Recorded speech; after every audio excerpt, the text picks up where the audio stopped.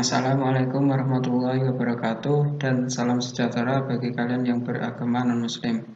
Di video kali ini saya akan menjelaskan cara kerja sistem starter pada sepeda motor. Nah, adapun beberapa komponennya yang akan saya jelaskan di video kali ini.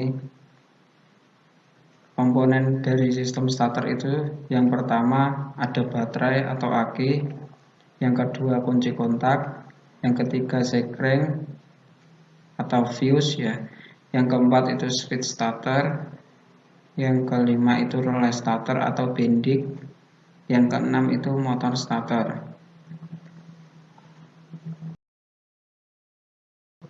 Nah, baterai itu pada sistem starter berfungsi sebagai sumber arus DC kurang lebih 12 volt. Nah, apabila baterai ini kurang dari 12 volt, ya 11 atau 11,5 lah, itu masih bisa digunakan untuk menggerakkan motor starter itu. Apabila kurang dari itu, mungkin bisa, tetapi motornya nanti bergeraknya lemah ya, atau kurang seperti itu. Jadi alangkah lebih baiknya itu antara 12 volt ke atas.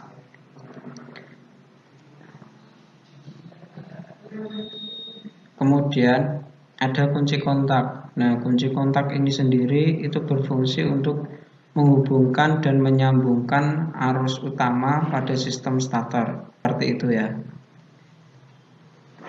Kemudian ada sekring atau fuse. Ini digunakan untuk sistem pengaman pada rangkaian sistem starter sepeda motor. Apabila dari rangkaian sistem starter ada konsleting, maka sekring ini akan terputus di bagian tengah yang ini ya, di sini.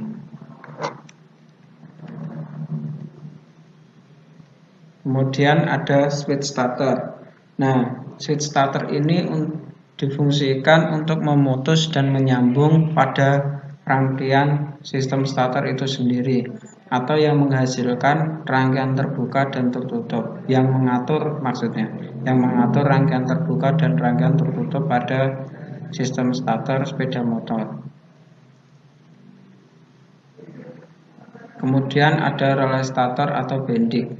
Nah, relay starter atau bendik ini selain sebagai penghubung atau pemutus arus, dia juga berfungsi sebagai sistem pengaman pada motornya nanti yang setelah ini ya, motor starternya itu sendiri.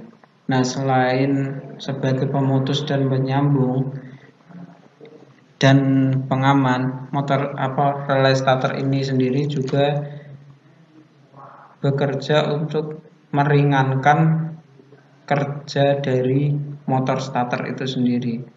Jadi relay starter ini memiliki 3 fungsi. Yang pertama untuk memutus dan menyambung, yang kedua sebagai pengaman, yang ketiga untuk meringankan kerja dari motor starter itu sendiri.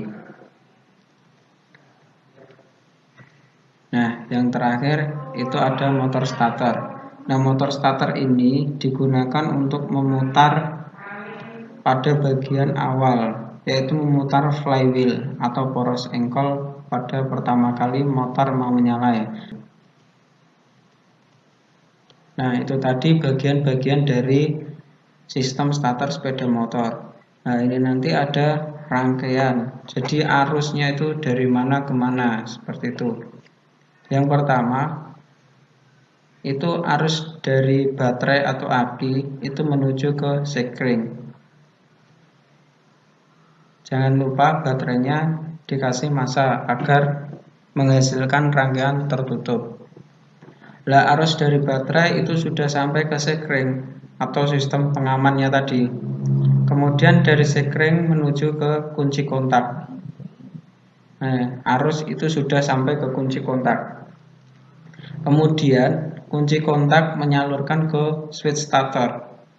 Nah, di sini tadi kan kunci kontak untuk memutus arus utama yang dari baterai ini ya.